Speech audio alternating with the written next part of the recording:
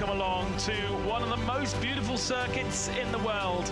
It's Okayama International Circuit in Japan, and we're here for the penultimate weekend of GT World Challenge Asia, powered by AWS for 2025. This is race one, and whilst we're not going to be crowning any champions, we are getting closer and closer to doing so. Perhaps tomorrow, most likely the final weekend of the championship, which is a street circuit in China, in Beijing, and therefore you'd much rather sort yourself out here this weekend in what is a small circuit, the Okayama International Circuit. We've been to Sepang in Malaysia, the brand new circuit of Mandalika in Indonesia, the Chang International Circuit in Thailand, and now we're on our double header in Japan. Fuji last time out, Okayama this weekend, and as I mentioned, we finish our year at the Beijing Street Circuit, a brand new street circuit, and the first time GT3 Asia will be racing in the streets.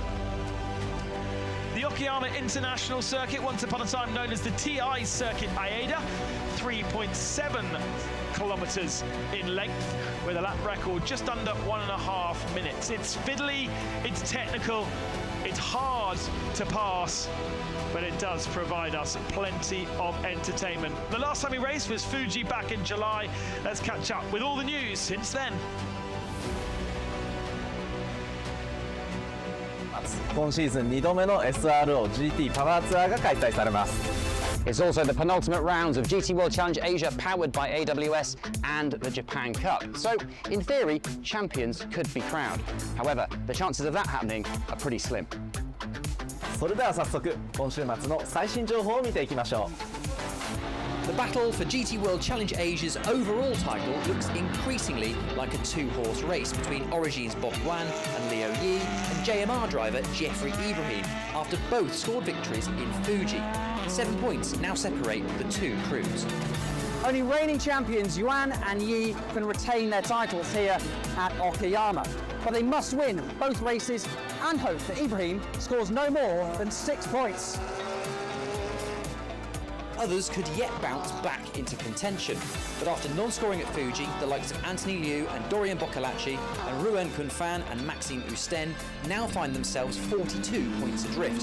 100 are still available over the final 4 races. KRC's crew are also fully focused on securing the silver and crown this weekend.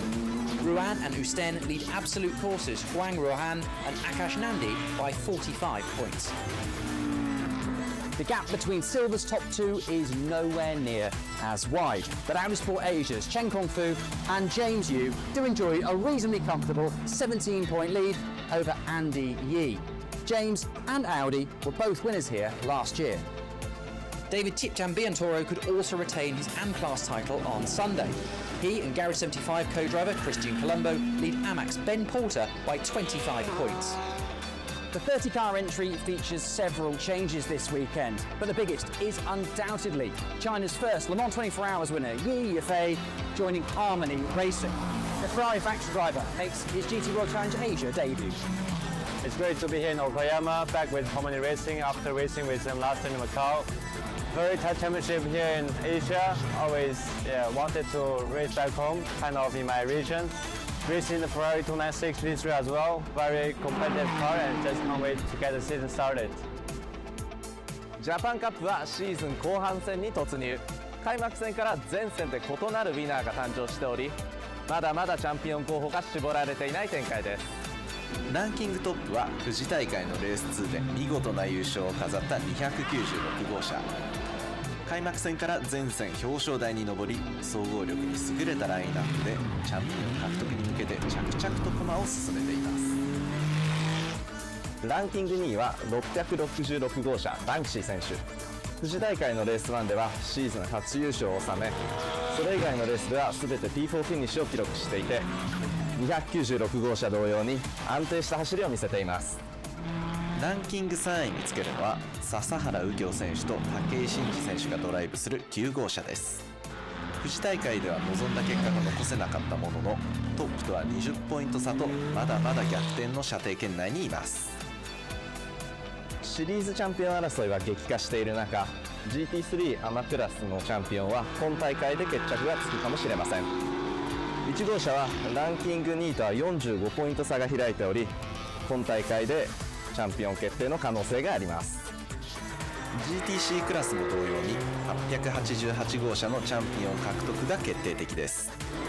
GT4 クラスは39号車が開幕戦から全勝をマークしている中、2番手の82号車が全戦で2位フィニッシュを記録していることから、チャンピオンの行方は最終戦までわからない展開となっています。今大会は新たに181号車ノリックレーシングがエントリー。ドライバーラインナップには GT300 クラスチャンピオンのバンバタク選手を控え、最高峰の GT3 プロアマクラスに参戦します。 GT4 クラスにも88号車村上モータースがエントリー。スーパー耐久シリーズに参戦する同チームは今大会でジャパンカップデビューを果たします。 Now you're fully up to speed. Here are those championship points with Bob Wan and Leo Ye leading by just 7 over Prince Jefri Ibrahim. And then a big gap to 3 teams on the same amount of points for the rest of your runners. Overall standings after 8 races. And it is part of a global championship that's run across Australia, Europe and America. Was last week's racing action at Road America. Cloudy skies, Philip Ellis leading as they went to green flag, with Kenton Koch making a great start in his BMW. Errors from Todd Coleman's McLaren further down the field. He got into a good battle with Scott Dullahite before this major accident which brought out the safety car. When racing went back to green, Guy Stevens and Kenton Koch continued to fight.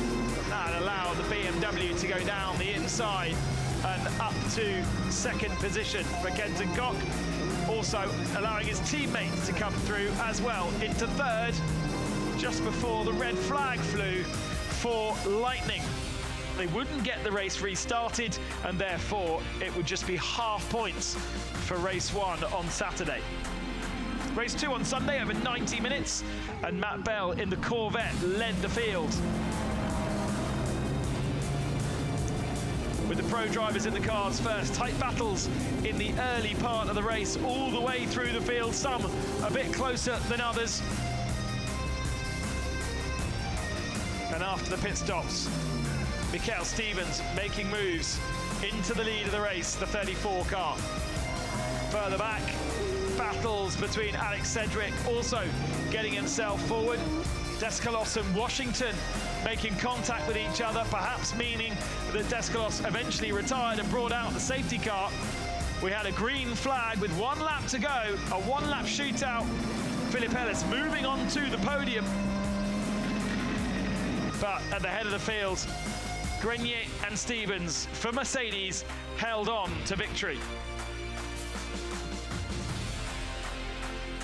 And when you add Australia, America, Europe, Asia, this is how the points now stack up. Before a weekend that features both Asia and Europe, Mercedes lead comfortably over a battle between BMW and Porsche in second position.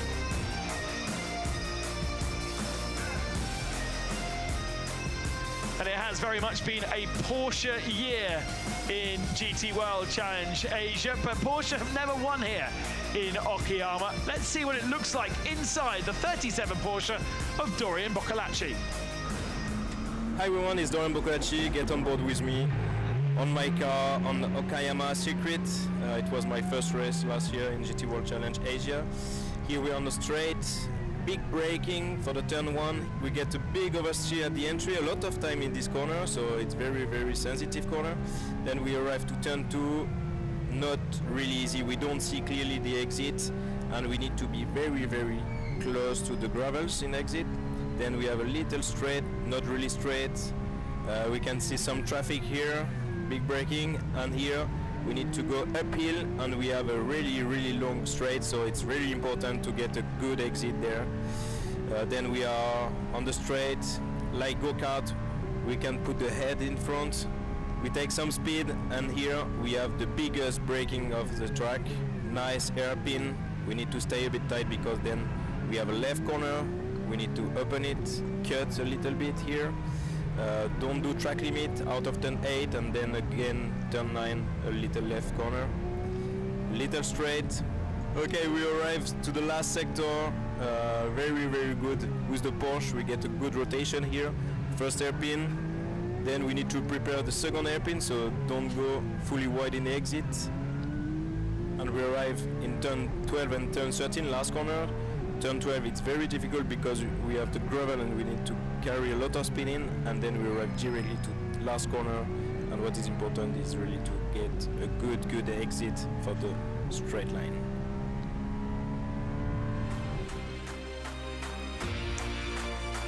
Last year, Boccolacci made his debut under cloudy and soggy conditions. Today, it's definitely very different. 33 degrees, 55 on track.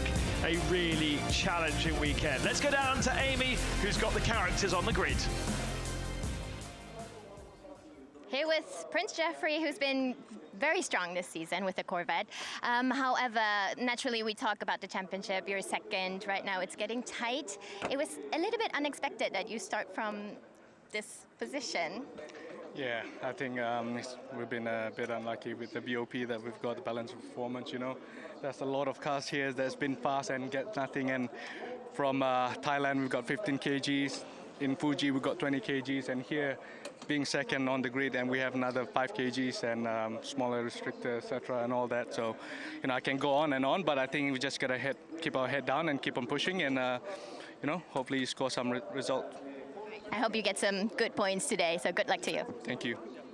では日本のファンの方々に通訳させていただきます。今回ですね、とても点が欲しい、ポイントが欲しいというところで、この10列目からのスタートっていうのをすごく重く受け止めているというねお話を伺いました。ちょっと BOP がやっぱりとても響いているということで、重さですねが乗っかってきているので、ちょっと苦しい状況ではありますが、できるだけ今日はポイントを取れるように頑張るとおっしゃってました。以上です。And back to you. Yeah, whenever a driver is further down the field, they always find a racing driver excuse to blame something other than themselves. But the pro drivers in that car doing a good job in qualifying too, and the Chevrolets are well up there for the second race of the weekend. They obviously in the 99 will also have success penalties from their win last time out in Fuji. So it's going to be a real challenge, the 99's day today. Prince Jefri Ibrahim and Ben Green. Prince Abubakar with his teammate changed for this race. He's got Alexander Sims alongside him rather than Jordan Love. Sims was with us in Malaysia, but he was actually in the 99 car. So Sims driving both the 99 and the 66 this year. I don't think that was planned, but I think it's more because Ben Green has done such a good job in the 99 car alongside Prince Jefri that it didn't seem much point in swapping that group. There is Dorian Boccolacci and Anthony Liu's car. Great qualifying for Liu. Dorian Boccolacci, our French guide on the driver's eye, who's recently been doing some rallycross in between his Porsche races. He also hosts a load of karting events in France. Very, very busy boy and very popular on social media, but you could see his rally crossing style was very useful last year in the damp conditions around this circuit, and even on that driver's eye, the car looks pretty loose, didn't it? It will be with 55 degrees track temperature. Porsche, as I said at the start of the show, have never taken a victory here in GT World Challenge Asia at this Okayama circuit, and therefore it will be interesting to see if we can change that story today. The 45 car of James Yu Kwai did take victory last year, and James had Akish Nandi as his teammate in that Audi last year. It was race 1 where they took the victory as an all-silver pairing, and obviously James Yu is also as a full silver. We're going to go down to Ruan Kun Fan, who could this weekend wrap up the Silver Am Championship for BMW with Maxime Hussein. Let's go down to Amy. We welcome her back. Here with Tony, who can possibly, hopefully, be crowned Silver Am champion this weekend. It depends on race one. How confident are you to be crowned champion this weekend? For Silver Am, I think that's our goal this weekend. It's definitely, we'll see where race one brings us, but we're fairly confident, yes. All right. Yeah. The car seems like a great package with you and Maxime. You're very satisfied this season, I guess? Yes, we're very happy. We kind of brought the whole package, the team, the drivers, the mechanics, the engineers all together, and we've been performing fairly strongly this season, and hopefully we can carry that momentum through to the last two races. Great. Fantastic. So I wish you all the best luck this weekend, and have a good race. Yeah, thank you. さあということでシルバーアームクラスですね、今日明日ですね、チャンピオンシップがかかっているということで、とても今シーズンこのパッケージで、強い戦いを見せれているので、引き続きチーム一丸となってね、最後の最後まで今週末、お祝いできるように頑張りたいとおっしゃってました。以上です。Back to you. There's been a few times this season where that BMW looked like it could take the win in these first races alongside the silver pairings, where they have a slight advantage in race one. Obviously, silver drivers in a silver pairing. You've got just silver drivers, and they go up against the AMs in the first part of this race. So they are the stronger driver, and so we do see race ones sometimes won by silver pairings. And that silver AM pairing of Tony, Yuan, and Maxime Hussein, very strong. Tony is on the cusp of being a silver himself in terms of his pace, and so we have seen it close, but not completely done yet, and there has not yet been a BMW winning in GT World Challenge Asia. We've had Porsches, Chevrolets, Lamborghinis, Audis, Mercedes, Nissans, Ferraris, even a Honda back in 2022, and an Aston, and that pretty much rounds out all of our available brands apart from BMW. Let's go back down to Amy, who is alongside that 89 car, the 46 of Marcus Winkelhock.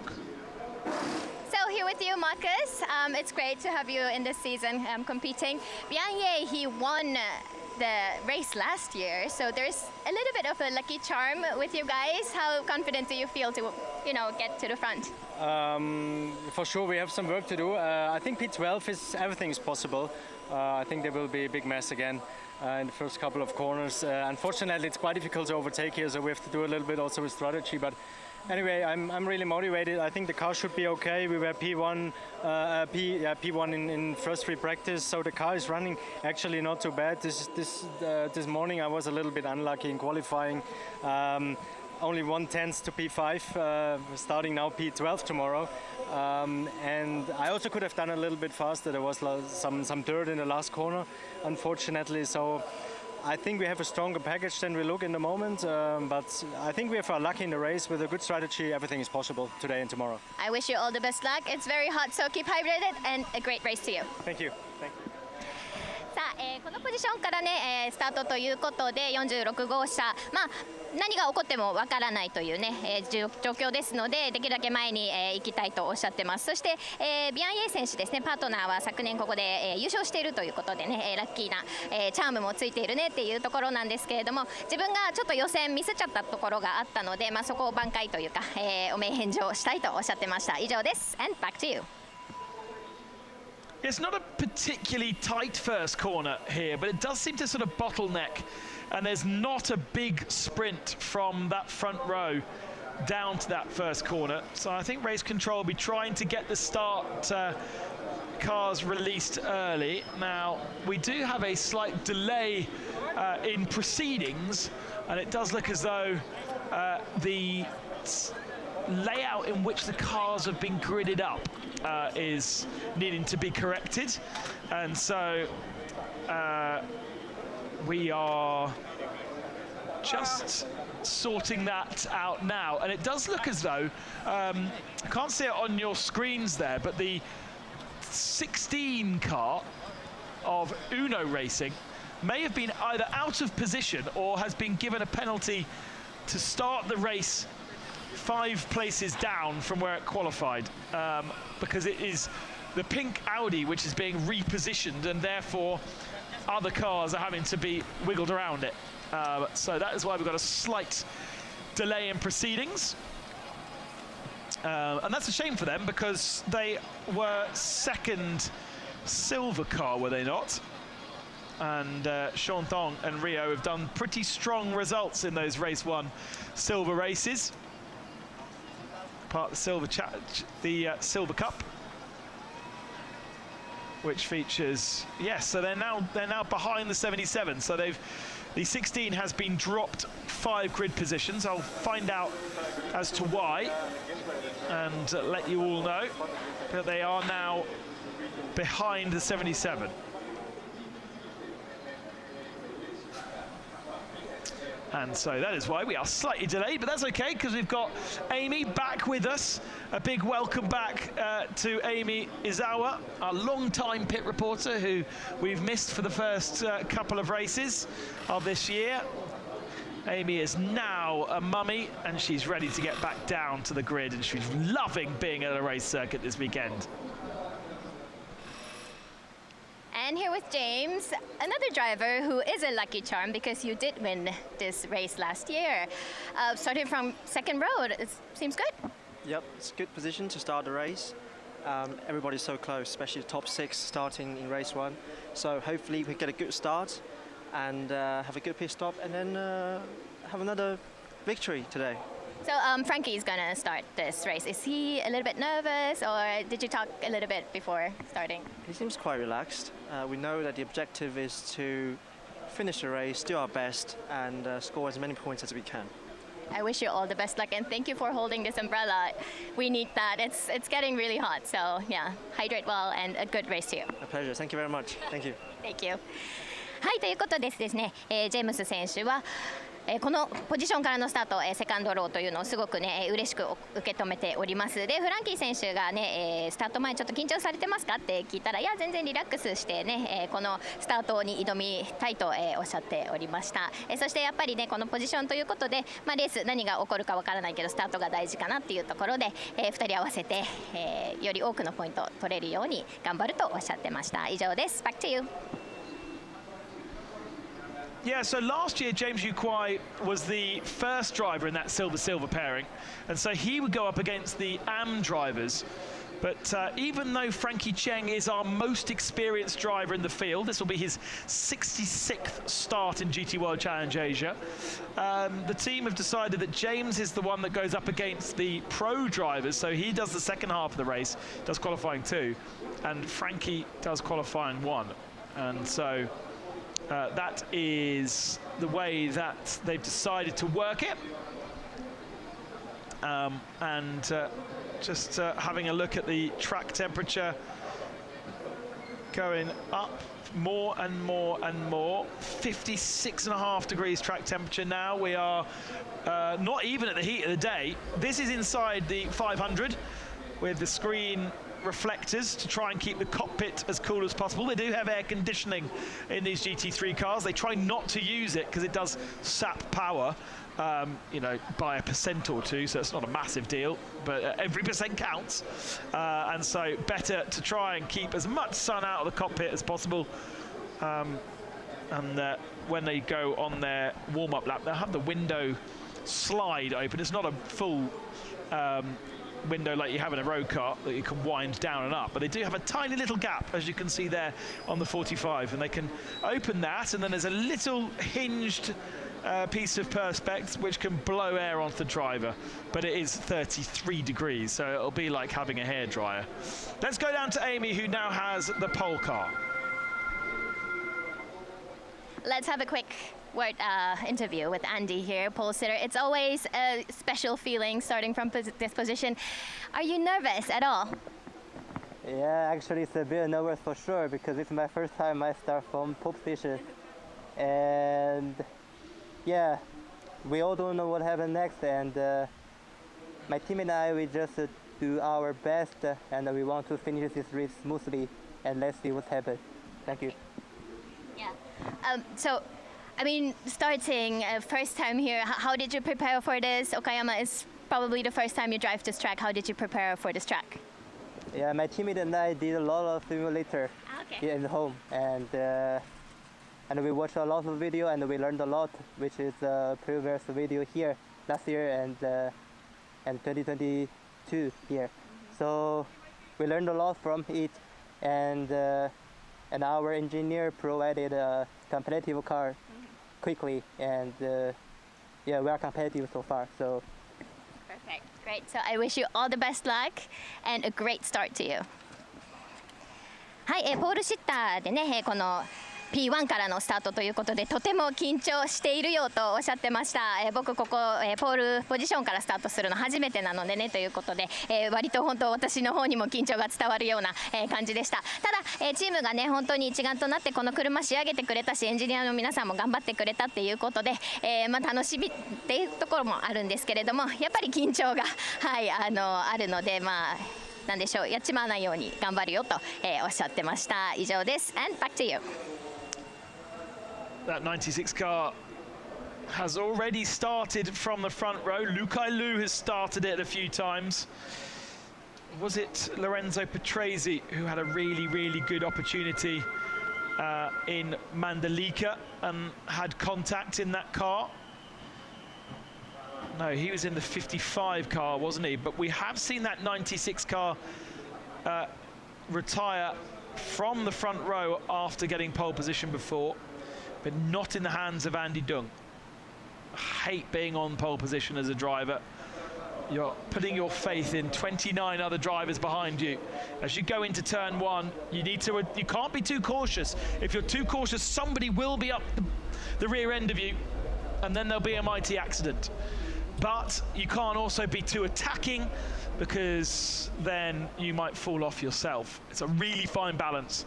In the mid pack, you can be a little bit more sort of reserved, but you are setting the pace. You are establishing the rhythm for everybody else, and so Andy Dung feeling the pressure there on that pole position.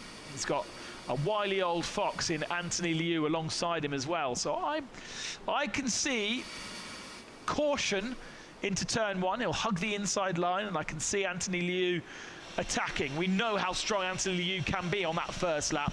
Really good at getting the tyres up to temperature, getting the car up to temperature, and being comfortable and strong on the first lap. So that's my little prediction, that Anthony Liu will be sweeping around the outside into turn one. But turn one has always seen chaos. We heard from Marcus Finkelhock.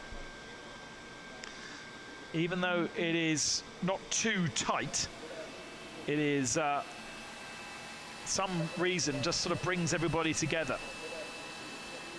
Confirmation that the number 16 has been given a 5-place grid penalty that wasn't on the original grid sheet, and that is because the penalty stems back from July and the accident in which this 911 machine had with that 16 car.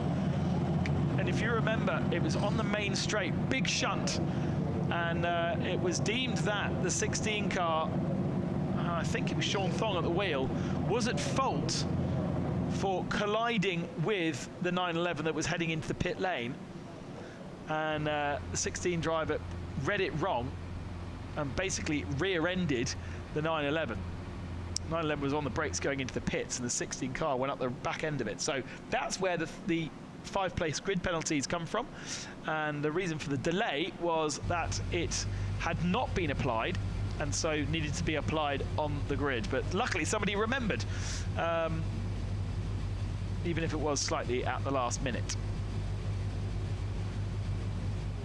Cars are all fired up. Safety car is already making its way around turn one, and the green lights are shown on the gantry to get our 30-car field rolling around this 2.3 mile, 3.7 kilometer Okayama International Circuit.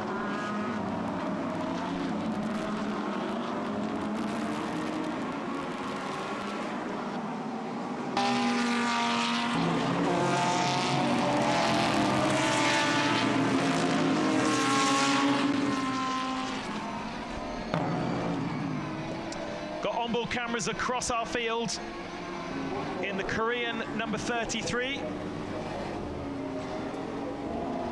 and the 500 Nissan as well, right in the middle of the pack. 2 formation laps as per procedure in GT World Challenge Asia. And here is the grid. Pole in Am is the number 60 LM Course Ferrari, and a very strong qualifying position right in the middle of the field. Silver Am went to Team Gojizen and the 500 Nissan. The front row has Pro-Am pole Anthony Liu and Doran Boccolacci, and the pole silver for Lukailu and Andy Dung. That's the front row. Row 2 has our championship leader, Bob Wan, alongside our silver leader, Kong Fu Cheng. And then we have on row 3 the Nissan and Wei Lu in the Origine Porsche. Third in silver, Daniel Frost, 8th position, alongside the Silver Am Lamborghini of Juan Ruhan. Rio starts in 10th position in the end with that 5-place grid drop, alongside Cao Chi. And then Bianyi, the winner last year in Lamborghini, starts alongside Ruan Kunfan, 11th and 12th. Then it's Kei Lakishi and Kiyoshi Uchima. Brian Lee starts 15th. They got their best result last time out, alongside newbie Song Jaijun in the 55. Hiroki Nagai in the 18, and Ming Wang Hang alongside. Then Wang Shongwei and Prince Jefri Ibrahim down in 20th position. Not the championship leader, 7 points back. Kirong Lee is under investigation for leaving the pits the wrong way, and alongside Prince Jeffrey's brother, Prince Abu Bakar.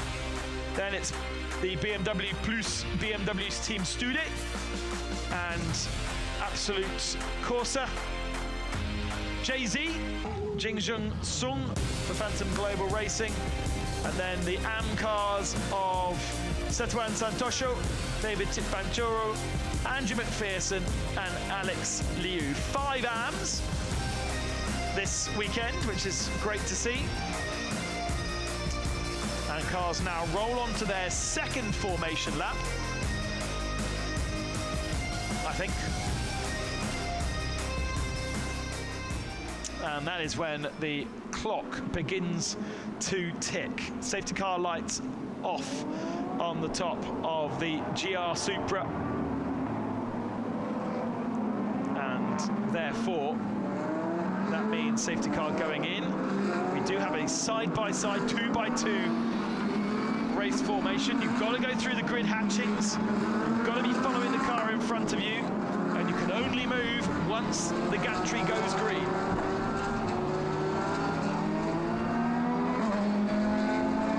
Deng Yi, Anthony Liu, Kong Fu Cheng, Bob Wan, Lu Wei, 5 Chinese drivers in the top 5 positions. Hirobon in 6th, Hang Wan in 7th,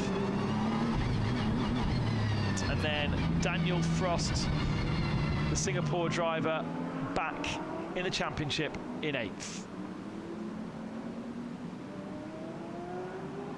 Cars rolling slowly around the last corner.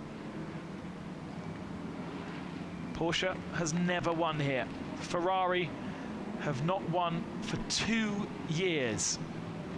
Opportunities to change that today. A little bit of a delay and a bit of mix-up further back in the field, and a bit of compression and almost contact to the tail of the field, I think.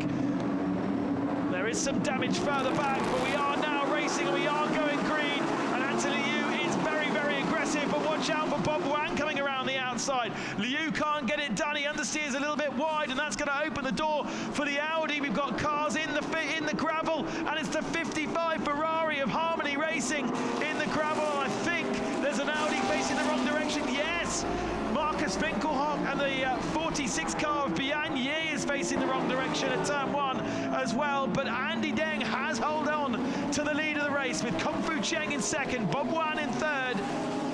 And who is it in 4th spot? It is Lu Wei. Anthony Liu dropping to 5th position. And here comes the Nissan, the big grunt of the Nissan. There's a Ferrari stuck in the gravel, and that means we are going to go safety car for sure. The 46 has got going again, but the 55 will not.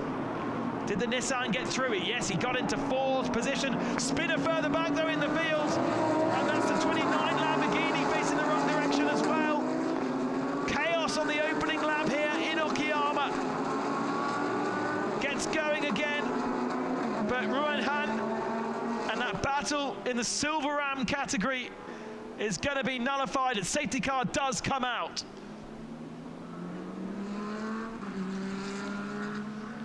One chaotic first lap around the Okayama International Circuit. Plenty to dissect there. Cao Chi has got himself up into 7th position, so that's been a strong start for the Mercedes. Andy Dang held on to the lead, actually positioned his car beautifully. May not have done a race start in real world, but was okay. Now, there was a lot to dissect there because there was contact even before we got going. Basically, sort of where the 33 car is there, and actually there is damage to that 33 car. Who has he hit? Both Corvettes are further down than they should be. Is that damage to the diffuser of the 99? Couldn't see on that last shot. I think there might be on the right-hand side. Both cars are way down the order. And look at the damage to the number 10, sorry, it's not the 33. So that's Brian Lee, who's missing his front bumper. And I think I saw that front bumper in front of the Ferrari 55. So we've already got contact further back. Now we're going down into turn 1. Let's see what happens in the middle of the pack. I think it's right in the center here. Oh, difficult to see. Ferrari almost seemed as though it was just wide and in the gravel, and yet there is the Corvettes both parked up there. Here is the Porsche that's missing its front bumper and basically has absolutely nowhere to go. I don't know where the contact was, to be fair. But both these Corvettes had to park up, and there is a little bit of damage. Am I making it up? I don't know. Might be a little bit of damage to the diffuser.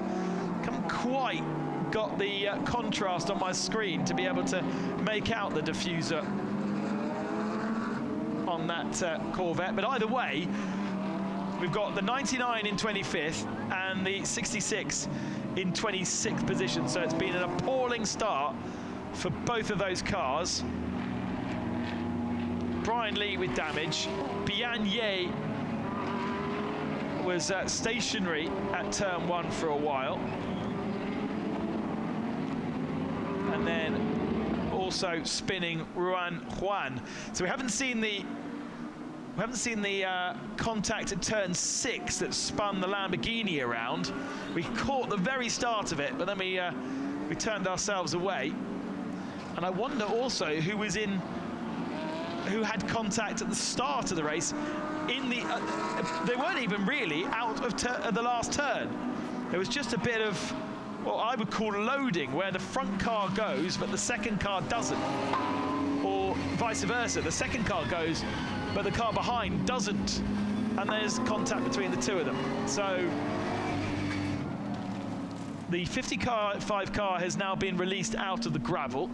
We've got the 10 car of Brian Lee in pit lane now. A few bits of car to pick up from turn 1, and a rather shaken out grid really, because Andy Deng holds on to the lead. Kung Fu Cheng up into 2nd position. Big loser was Anthony Liu, dropping from 2nd to 6th. Bob Yuan made up 1 position. Lu Wei moved up 1 position. Hirabon moved up as well. So yeah, Anthony Liu is the big loser really. Cao Chi moved up. Ruan Kunfan up to 8th. Rio got ahead of Daniel Frost, so Daniel Frost dropped down to 10th position. Rio up to 9th. Another big winner was Tomohide Yamaguchi in the number 5. They are up to 14th spot. So, bumper missing. Right wheel arch now taped together on the number 10. Nico Menzel shares that car with Brian Lee, and they had their best result ever in 7th position in Fuji Race 2, but it was sort of a chaotic finish. Lights on the safety car continue, and therefore we've got another racing lap before we go back to green flag. Now, I wonder what race control will say about the 55 car, because it's out of the gravel. I don't know how much damage that car actually has, but it has been helped out of the gravel by race control. Outside assistance usually means you can't continue, but I said it earlier, and I haven't actually got my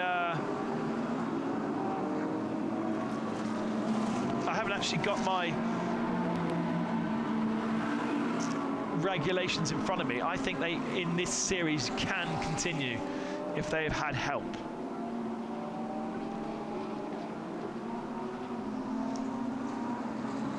It's a slow starting Lamborghini, and I think that it's the Earl Bamber Mercedes that had contact. I still can't quite work out what happened in the middle of the pack. Here's a different angle of it. I wonder if this will help us decipher anything. Okay, so the Audi spun, Biagnier spun and tagged the 55. That's how the 55 ended up in the gravel. And then when the two Corvettes got to that point, then they discovered cars in the way, basically.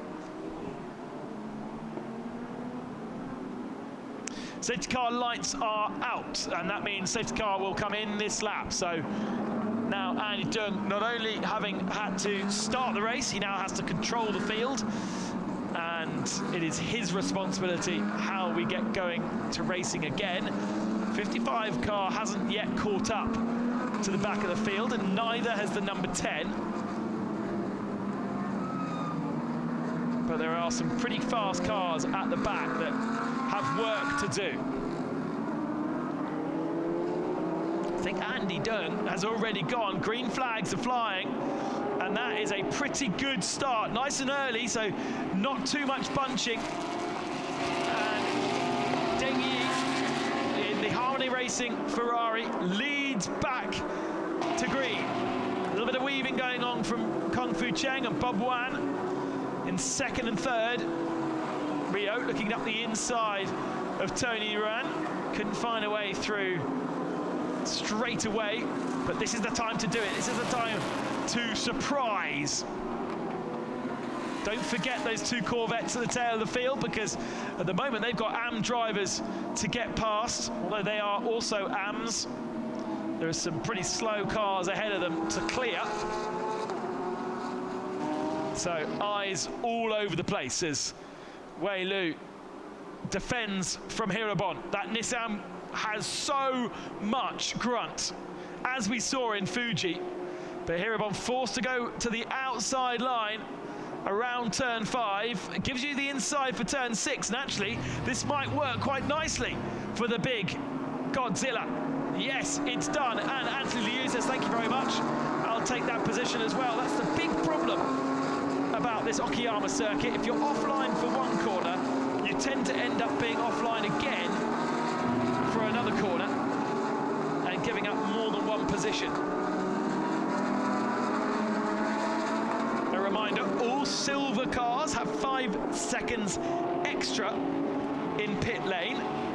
So our first 2 will be in the pits 5 seconds longer than Bob Wan and Lu Wei. Also have the success penalty for the last race. So Bob Wan was 2nd in Fuji Race 2, and so the 87 will take 10 seconds more. Mercedes 31, 5 seconds more. And also the 99 Chevy, 15 seconds more. But we can kind of ignore that car because he is so much further down. So what that would do, at present, it would put the Nissan into the lead of the race. of Hirobon. And it looks like that Nissan's got pace as well, doesn't it? It's pulling away from Anthony Liu. Here comes Cao Chi being attacked by Rio around the outside. Should have the inside line for the next corner. There's a tiny gap there, but oh, Cao Chi just trying to drive around the outside and just understeering horribly onto the gravel, and rather than losing one position, loses three. Daniel Frost through, and Ran Chun Fan also through. The 89 car.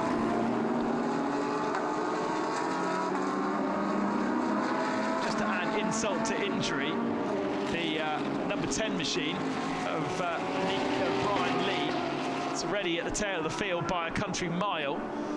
It's been given a drive-through penalty for cutting the white line on pit exits. Oopsie daisy. Oh, sorry, not white line. It was red light. He went through a red light, which is naughty. That really is naughty.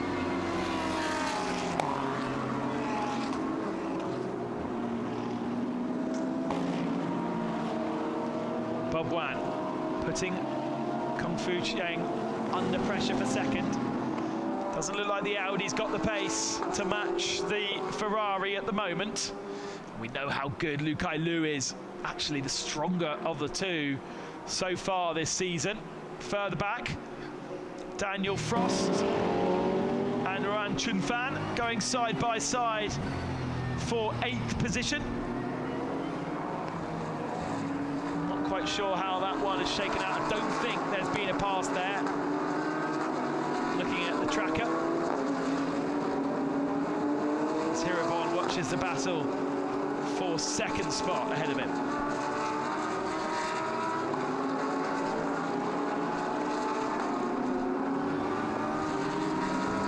Hopefully you are hearing the onboard of this big grunty Nissan.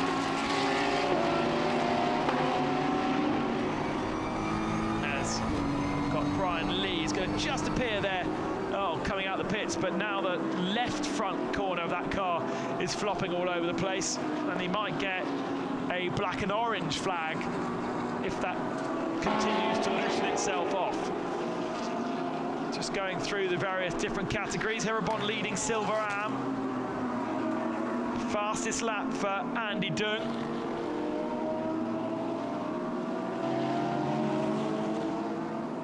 Nakanishi in the number 60 LM Corsa Ferrari leading the AM category.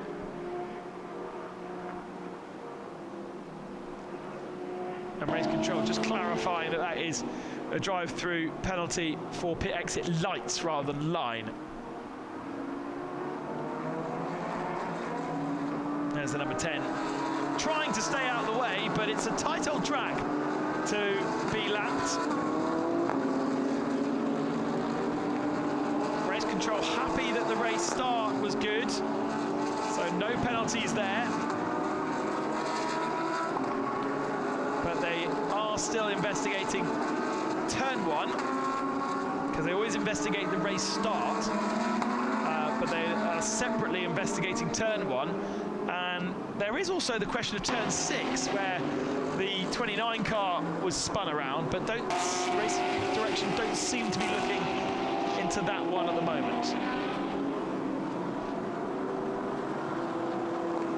Further back, the two Porsche Center Okazaki cars under pressure from Yamaguchi in the Stude BMW.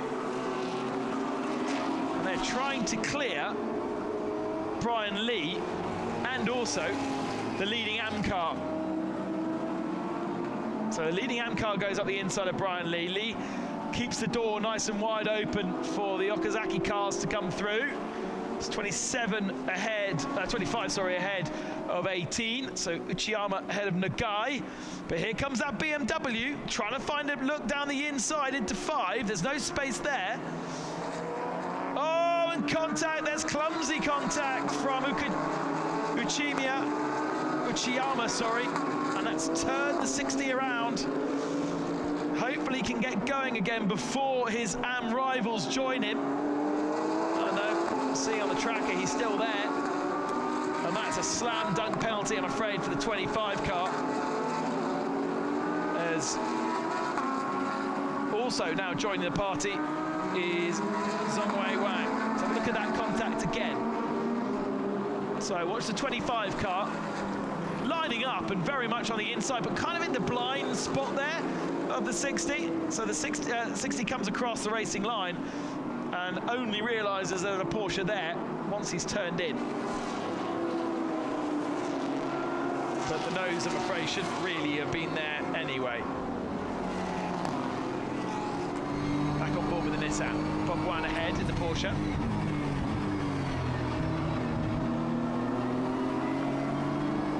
Doesn't look like Bob Wan can hold on to our top two. Decent spacing between our leaders now. Deng leads by 3.3 seconds over Chang. 1.6 back to Bob Wan. And then we've got half a second to Hirabon, and Hirabon's half a second to Anthony Liu. Then it's half a second to Wei Lu. And then it's half a second to Rio. Another second drive-through penalty for car 10. He might as well park it up, doesn't he? And so he's hit car 55. So it's been judged that car 10 spun car 55 around, but okay, that's weird. I didn't see that. We saw him in the contact in the gravel, but the gravel, that was secondary contact. Now with that information, we almost need the replay again, because poor old Brian Lee, look at him. He's got no front bumper. The front left corner hanging off that car, front right corner was hanging off the car. Drive-through penalty for exiting the pits on the red light. Drive-through penalty now for a collision. And it's all just looking a bit sad for GTO Racing. We are about 3.5 minutes away from opening pit lane, and for the majority of our competitors, our AM competitors particularly, that means pit stops. Doesn't necessarily mean pit stops for our top two, because Andy Deng and Frankie Chang are both in silver pairings, so they'll be handing over, in theory, to a driver of similar level, whereas Anthony Liu there, for instance, will be driving, will be handing over to Dorian Boccolacci, the Asia-Pacific Porsche factory driver, who is faster, of course.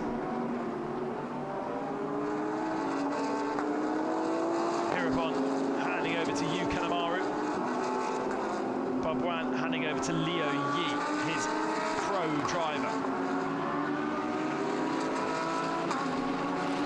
Still maybe 2 laps before we see that happening. It's been rather well controlled and well behaved, hasn't it? Here is 99 and 66. Not a huge amount of progress made by our two Corvettes. In fact, they are behind the Lamborghini of Yuan Chunfan, yeah. No, not Yuan Chunfan.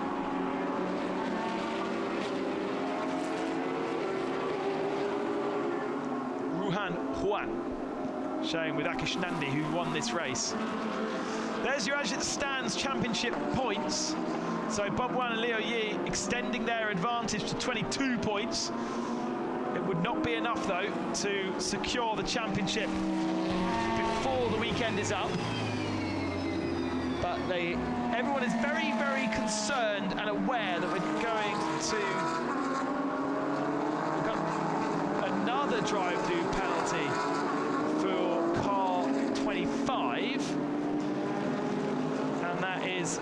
Yes, that's what we saw, so easy peasy, yeah. That's the contact that we saw live. 25 going up the inside of car 60 and spinning it round.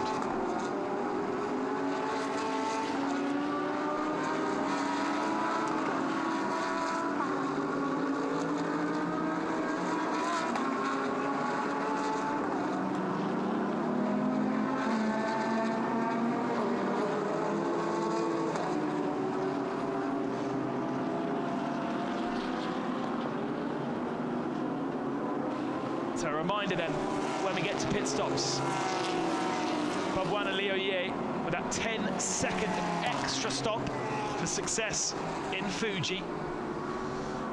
10 seconds would drop them down to a 10th position right now. And then, of course, they'll have to do the work as well to get themselves back up through the pack. 5 seconds for Andy Dung and Kong Fu Cheng. So it would actually mean Dung would still lead and Cheng would drop behind Hirabon as it stands right now. But look at how close Hirabon is to the tail of Bob Yuan here for 2nd position. This Nissan is working so well. Unlikely, considering how small the track is and how big Godzilla is. And this was a challenge a little bit earlier on, a little kiss between the two of them down the main straight. Bob Yuan defending very strongly, but in the back of his head, he will remember and he will know that that's a Silverram car, number 1, and number 2, he doesn't need to be fighting it that strongly. He needs to finish. He doesn't need to fight to the point where he retires. They had those 2 retirements earlier in the year in Buriram where they lost an engine in race 1 and nearly blew an engine in race 2, having been grass tracking and the engine's overheated. Apart from that, a chaotic Buriram, they have won at every other round. Bob Yuan and Leo Ye. Race 1 in Mandalika, race 1 in Malaysia, and race 1 in Fuji. I don't think they're going to be winning here unless something big changes. Pit window open. First to be able to take advantage of that, the 2 Porsche Center Okazaki cars.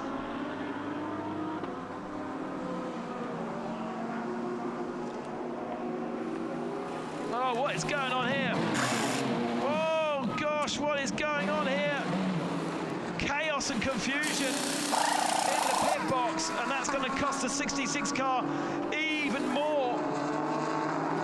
He is not in the working lane. You have to be this side of those yellow lines to be able to do a pit stop, and they've been running on track together. Luckily, it's the 66 for the championship anyway. Luckily, it's the 66 that's held up rather than the 99. But he's stopped in the wrong pit box there. Confusion between the 2 princes. It's just not working out for them in race 1. And of course, that 99 car also has 15 seconds extra to wait in the pit. So that's going to absolutely kill the 66, because the 66 is able to leave the pits earlier than the 99, but is basically blocked in.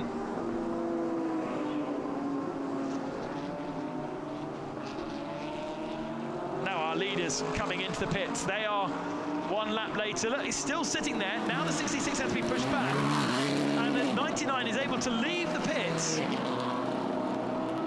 before the 66 despite the penalty. That is how much time the 66 has lost. There is going to be some discussions, I imagine, down at JMR after that, because they're a brand new team this year, based off certain personnel that the Princes have worked on with before, but that is a bit chaotic. Bob Yuan handed over to Leo Ye. There's only 7 cars that have not pitted yet. Andy Dung, our leader. Clear track, so why would you pit? I think I'd have stayed out there, unless he knew that these guys would all come out in front of him, which I think they might have done. So he might have been in traffic, so that could have been very sensible from Harmony Racing to bring him in this lap. We can keep an eye on it. Hirabon is also coming in from 2nd, but the battle in silver between Rio and Daniel Frost, they've stayed out onto circuit and they inherit the lead, but they've also come out, traffic has come out around them, and so I think that was very good work from the 96 crew to get Andy Dung in. They took advantage of the clear air, and so pit leader then is the 37 of Dorian Boccolacci for the moment. But we haven't yet got Andy Dung. Where's the 45? 45 is there, third in queue, and there are our actual leaders trying to get through the traffic. That's how much time Anthony Liu and Liu Ye, or Dorian Boccolacci and Liu Ye, have between the two of them now after the pit stops. Car 30 is our AM car of Reinhold Renger.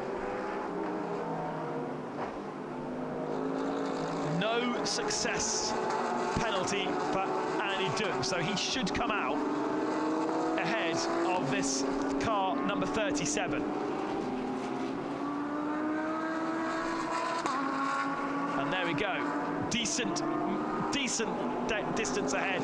Oh, but the Nissan is going to lose out.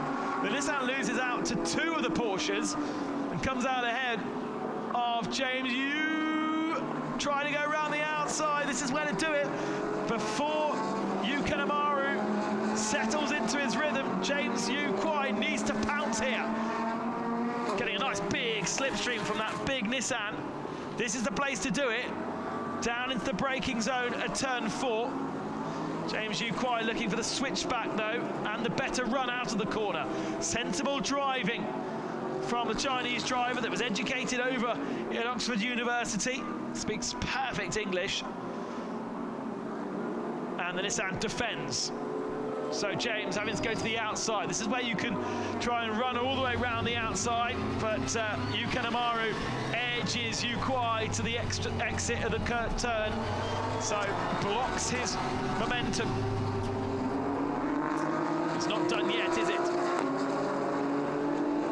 Right, that's all cars now pitted, because we've got Rio, Frost, Yamaguchi and Huang in the pits. I wonder where they'll come out in relation to our top runners. Leader, car 96. This, the battle for 4th position that we're watching. There is your leader. There is the gap to 2nd position of Dorian Boccolacci, yet to win in GT World Challenge Asia. Then it is Bastien Bus. Those two battled furiously last year. Then 3 cars come through before the battle for silver, that come out nose to tail as they were before.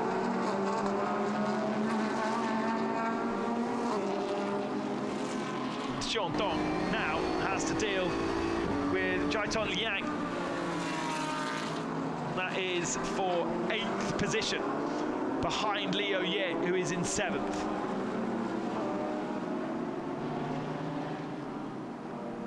Penalty for Daniel Liu,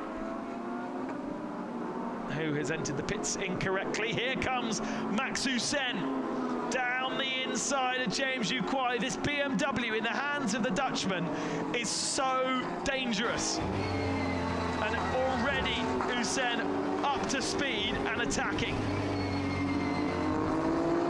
This is the Silver Ram car that is looking to take Silver Ram Championship. I'll have to check out the championship to see if it's possible to do it already.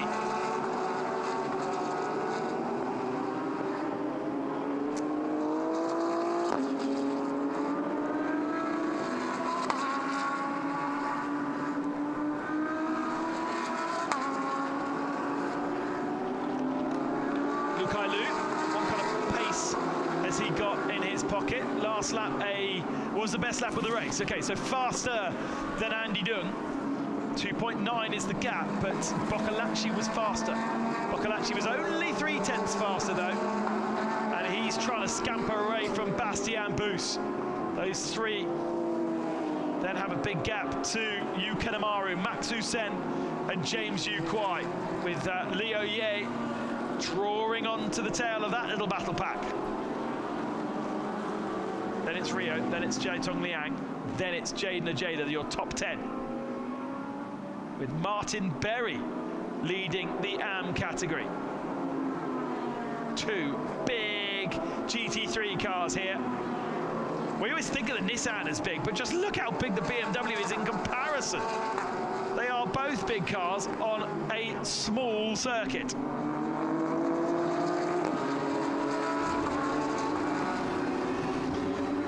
Cast your mind back to Mandalika race 2, where this Nissan absorbed so much pressure to get to the last lap of the race in the lead and then find itself binned. And that was at the penultimate corner as well.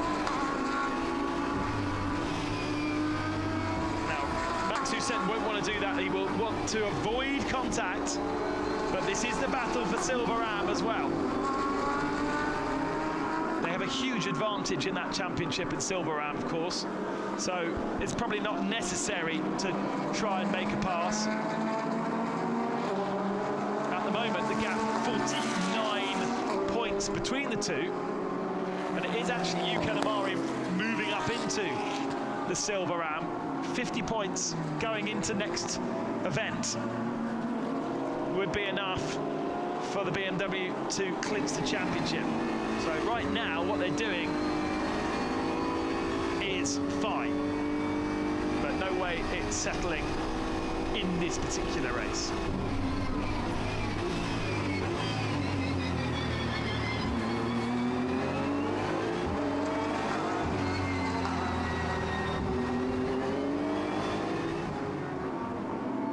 Now, how many pit stops are under investigation for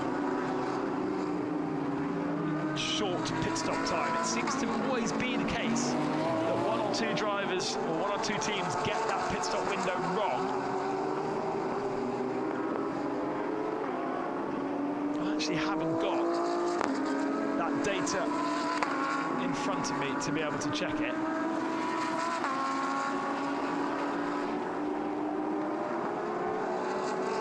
The battle's still raging on here for 4th position, 4th, 5th, and a bit of a gap to 6th and 7th. Meanwhile, best lap of the race by Lukai Lu, faster than Boccolacci and Boost. Remember, we've got pros in all of these cars right now, and it's Lukai Lu, the silver driver, who's set the fastest lap of the race and extended just fractionally his gap over Boccolacci.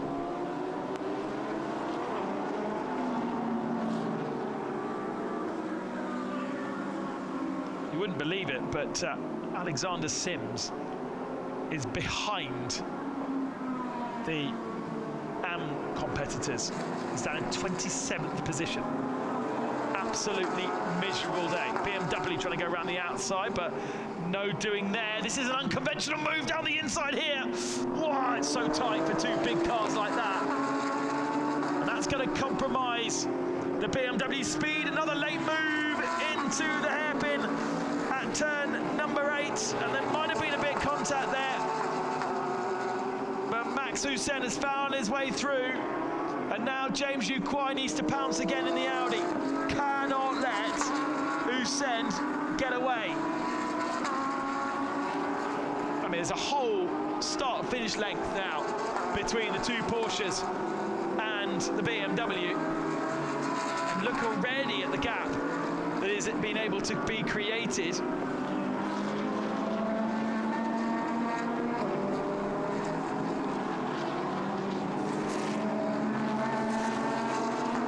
Looks like the Mercedes number 30, Renault Runga, is retired out of the race, as has Brian Lee in his number 10 Porsche with all that damage. So no run for Nico Menzel in race 1 here. 55 of Ye Yifei is last position right now. Here's that move from the BMW. It took 3 corners to do. So switch back there, wrong side of the circuit, wrong side of the circuit. Then tries to switch back again to be up the inside here, but Yuka Amaru shuts the door, says absolutely not. And then quite a late little dive down the inside here. There's that little bit of contact, and eventually finds his way through.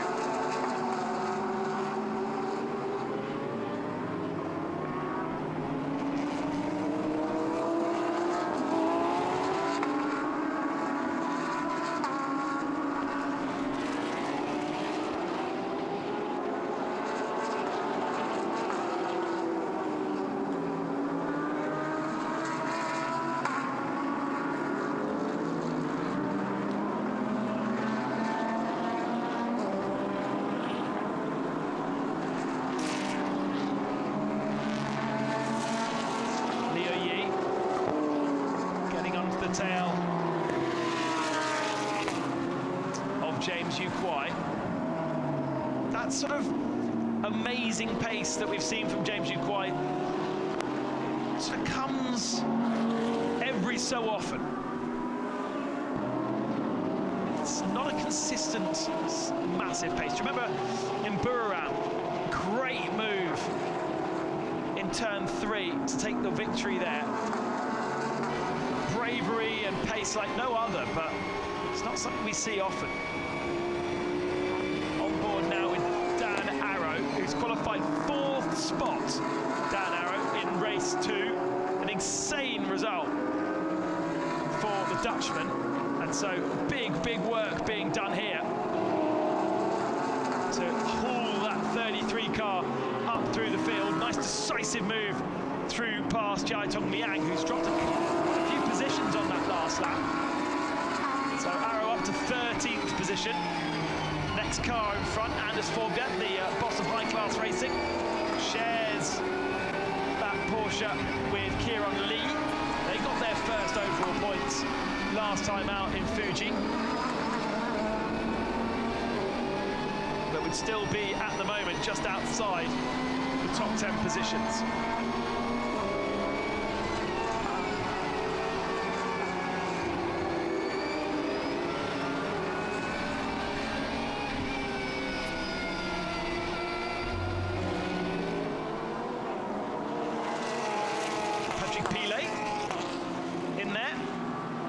Little group as well in the 911 car, getting the Absolute Racing Porsche working after an early start of the season where they really couldn't work out why that chassis wasn't happy.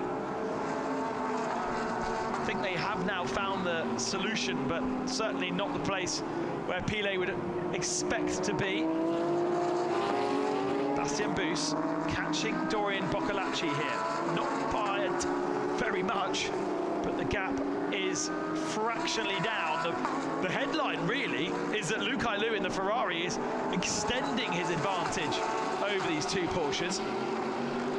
So, as the form book suggests, this is not a happy hunting ground for Porsche, and more, it looks as though they will go out without a victory again,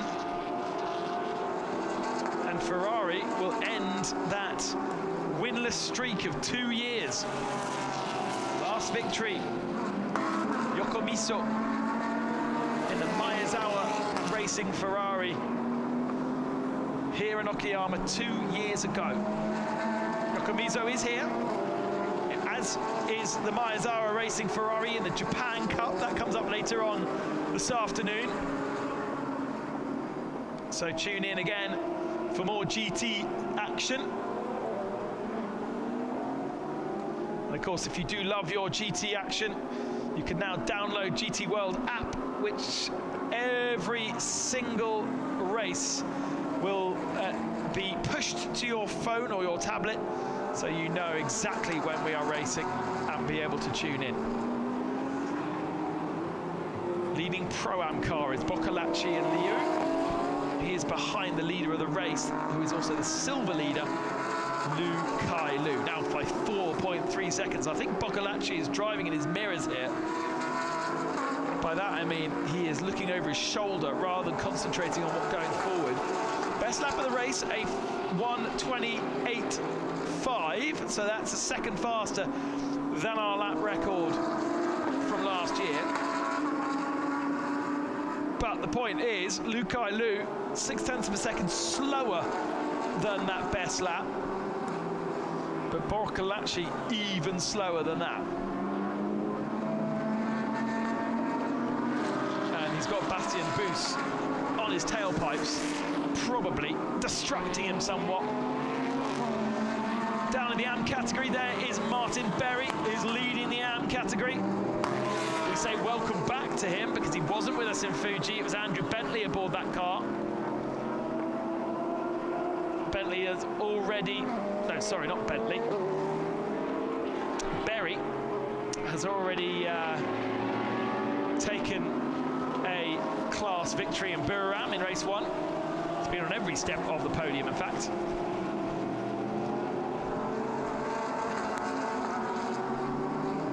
But quite far down the order. The attrition rate for the AMs, meaning they're still down there in 22nd spot. Dan Arrow on board with him, and Forbeck in front of him, still 13. And they have Patrick Pile and Naoya Gamo in the Porsche Okazaki fluorescent red, I suppose we're going to call that car. And that car is in the points. Gamo is a Super GT 300 champion and leading the championship this year. He's the scorer of the most ever points in GT 300. So very well celebrated Japanese driver, new to Porsche Center Okazaki, and could be new to the points. Oh, just as we were starting to build up that battle there, the 911 with a 1 second drive-through, 1 second stop-go penalty for a short pit stop. I told you somebody would get caught, and it's 911. So that's going to drop them out of keeping Gamu company. It's so annoying as a driver, because really there's nothing a lot you can do. You just want to go as fast as possible in the pits, attack the pit stop inline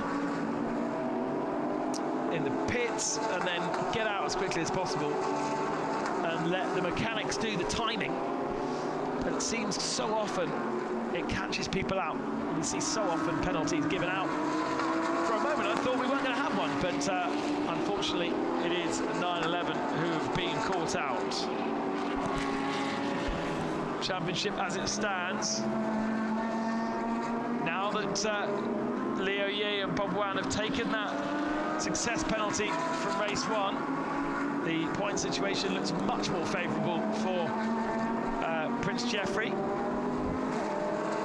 even if he's not going to be scoring points from down in 20th position for Ben Green at the moment. He's just sort of driving around in no man's land on his own.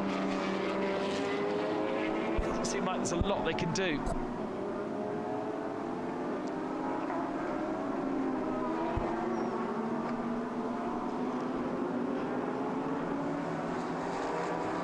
I'm surprised at Boccolacci's pace here. He's down in the 29.5s now, still losing time to Lu Kailu. Bassem Boussa's last lap, but 1:30.0. So these two take it very, very easily with 12.5 minutes remaining.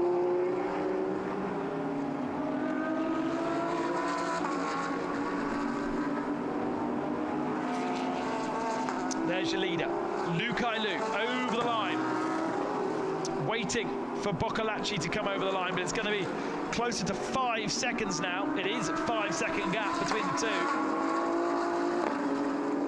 And obviously Bassem Boussa's is right there in 3rd spot, 6.5 back to Max Hussein, still waiting for Yuan Amaru to come across the line. 5.5 seconds between the Nissan and the BMW. James Kwai is still in touching distance, as is Leo Ye, for that 5th position.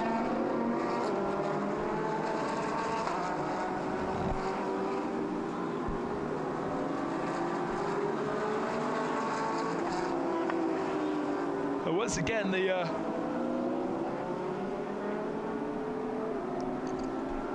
main mover is Dan Arrow. It's up to 12th position now in the number 33 machine. And very much with Anders Forbeck in his sights.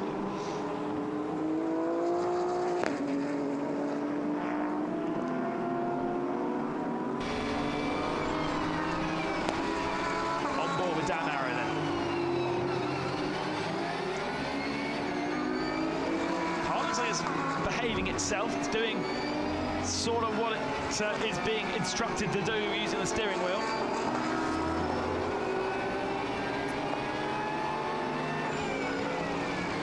And we are hearing that there is an investigation between car 89 and car 29 at turn 6 on lap 1, turn 8 on lap 1, sorry. So we saw the Lamborghini being spun around. We didn't see who did the spinning. And it seems as though it was a Silverham kerfuffle, because car 89 of Tony Yuan being reported under investigation as well.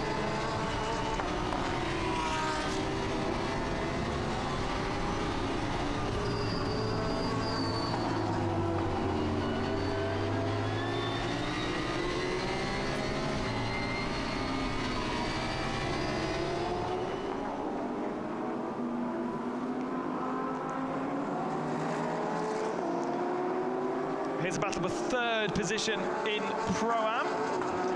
Looks like William Ben Porter aboard the 51 Porsche there. Just double check that, but the way that the car is driving, giving Chip D'Antoro some hassle here.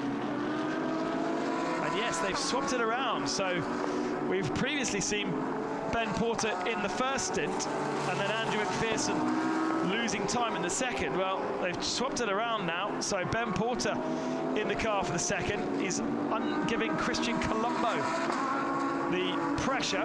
Colombo, head coach for Ferrari. And that is for third, would you believe, in AM, because Wakisaka in the Ferrari is second, and the leading AM is the Mercedes and Martin Berry. Fascinating little scrap for honours there. It's great to see Ben Porter giving Christian Colombo some hassle. Boccolacci and Bus still close together. No sign of Liu ahead, no sign of Usain behind. So they really have lost big chunks of time to this Ferrari. So often it's been taken away from them. So often they've tried, they've had that pole position 2 times before, they've not converted it to victory.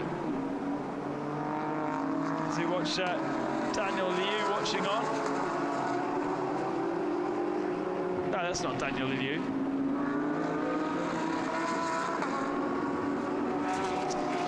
Could this be, not only this would be a new victory for Ferrari after a 2-year wait, but it would also be drivers 75 and 76 to win a GT World Challenge race. So we would go over the 75 driver mark that has won. Now, of course, you've got 2 drivers per race, so it does mean, well, and you can't actually fully divide it by 2 and say that's how many cars have won, because, or pairings have won.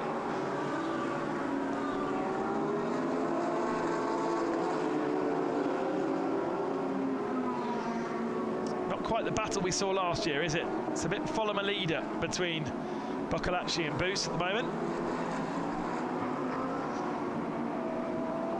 But championship-wise, it's not bad, because Leo Yates, 7th position, and a car that is not really featuring in the overall, sitting at the head of the field.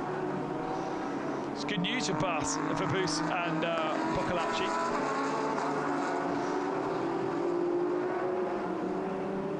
6.5 minutes remaining.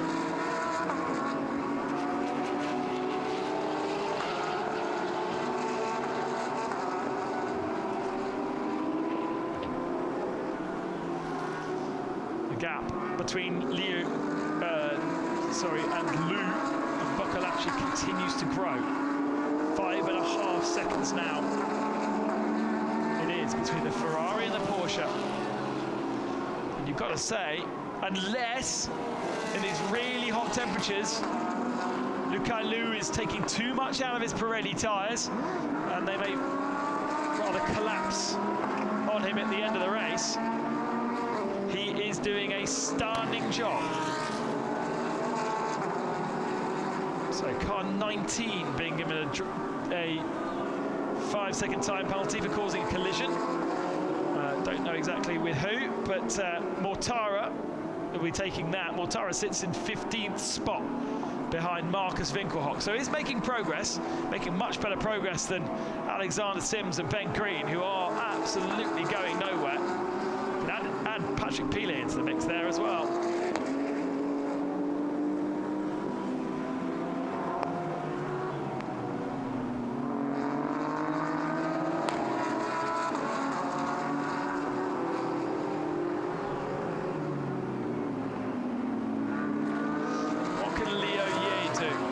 Does he want to do anything? He knows that his championship rival is not scoring points today. Ben Green and Prince Jefri are out of the points, but it's not a great haul of points for the 87, is it? And both will go into tomorrow, at the head of the field and with no success ballast. It would be advantage 87. But I don't know if anybody really wants to try and win a championship at a brand new street venue, which is where we will end our series. It's just surely too much danger. So 5-second time penalty will be added to the race time for car 19 for causing a collision. So obviously it wasn't a big collision, not too chaotic. There is Eduardo Mortara. Yes, the same one that races in Formula E, that's won multiple times in Macau. It's always been won in Macau with Absolute Racing, hence the link here, but also is a factory Lamborghini driver, certainly was,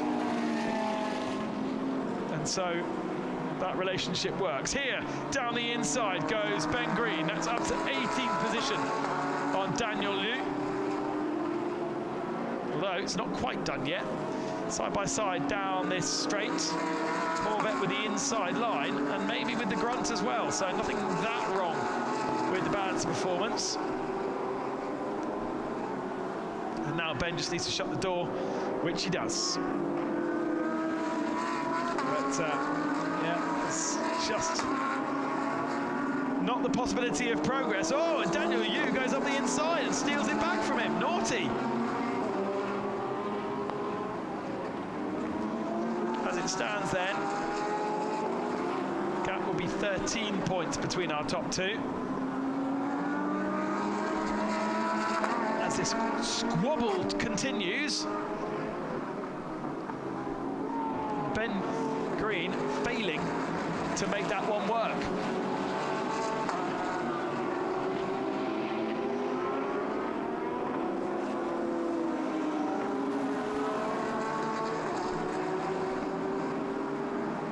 Okayama and Boost, 0.6 of a separating them. But Lukai Lu still continues to lead. Then there's this little battle further back. You've got Yu Kanemaru, Yu Kuai, and Liu Yi. And there's only 6 of a second between those two, 0.6 of a second between those two. Sean Thong in 8th position has a bit of attention from Jaden Ajada as well. It's pretty close.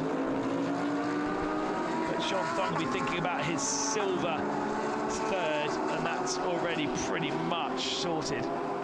Possibly disappointing.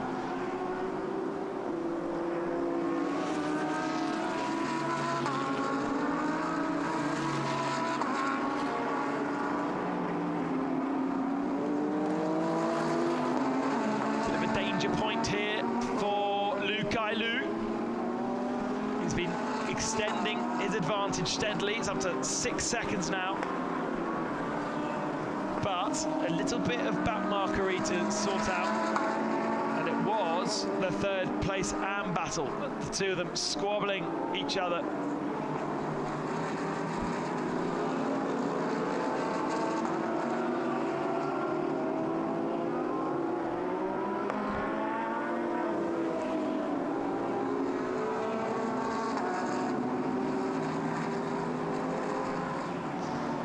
Ben Porter's pulled away from Chip Bantoro, so it's not going to be a very good result for the 75 car. Going to be 4th out of 5 AMs, and the 5th is parked up and in the garage.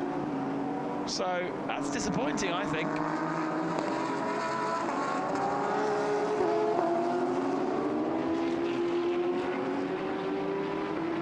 Back in the garage of Harmony Racing, they continue to look on with bated breath. David Chipantoro easily sees Andy Lukailu, gets through. We're on to the last lap of the race as well. I cannot believe how little Boccolacci have managed to do over Lukailu. They have lost ground to the silver driver.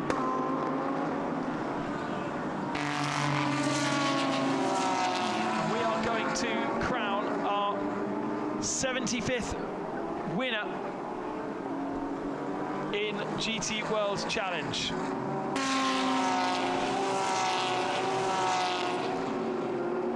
Bus still crawling all over the back of Boccolacci, but to no avail.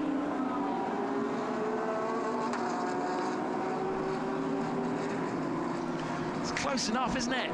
You sort of want to egg them on. Come on, you can do it.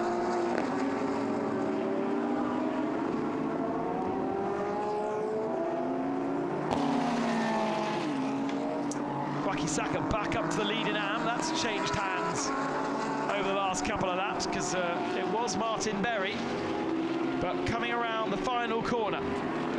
Second was their best result so far, but now they are winners in GT World Challenge Asia.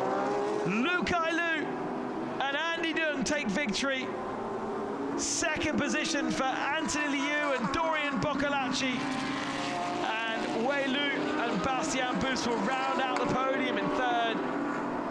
Usen comes across the line in 4th, Kanemaru 5th, James Yuquai in 6th position. And we wait for the 3rd in silver. That's Sean Dong who comes across the line now. 3rd in silver, Am Anders Forbeck. That's confirmed as well. And now we just wait for the AMs. Car 60. Shigekatsu Wakisaka is leading the AM category. Check a flag for the rest of the field. Let's see how Wakisaka, but moreover, Nakanishi. Let's see how Nakanishi is feeling. They are going to take the checker flag. So car 60 is going to take victory in AM. Here we go. Over the line he goes. Second to that Mercedes of Martin Berry, and 3rd position will go to car 51 of Ben Porter and Andrew McPherson. And that is all cars taking the checker flag. There is the winner. The first time in 2 years Ferrari are winning in GT World Challenge Asia, powered by AWS.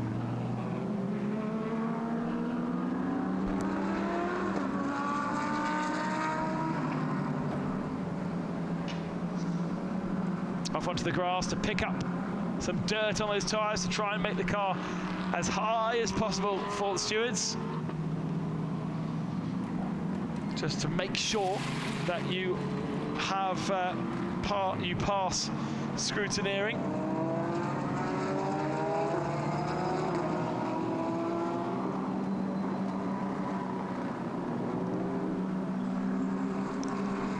And that is not bad for number 87. Success penalty for the 37 tomorrow, so that will drop them out of the running a little bit. No success penalty for the 89. Car 31 and car 16 under investigation. That's Jaden Ajada and Sean Thong. There's Eric. Social mediaing for his team. Standing alongside him, Andy Dung. The two of them are about to celebrate history and a victory for them in GT World Challenge Asia.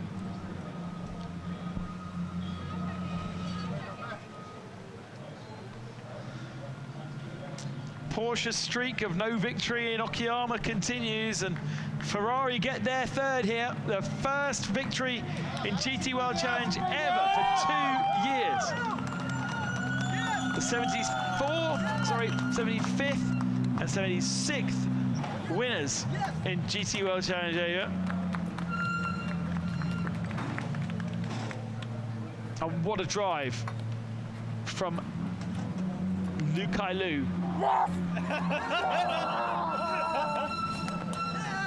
So he should be happy. We made it.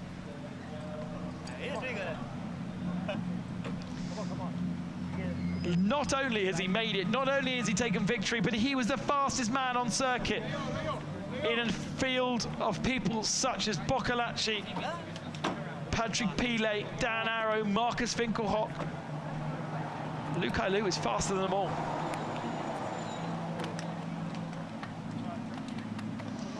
There's Anthony Liu and Dorian Boccolacci. Yeah, thank you. Trying to have a listen to see what the discussions are down there, because you have to say, I would expect Boccolacci to do more.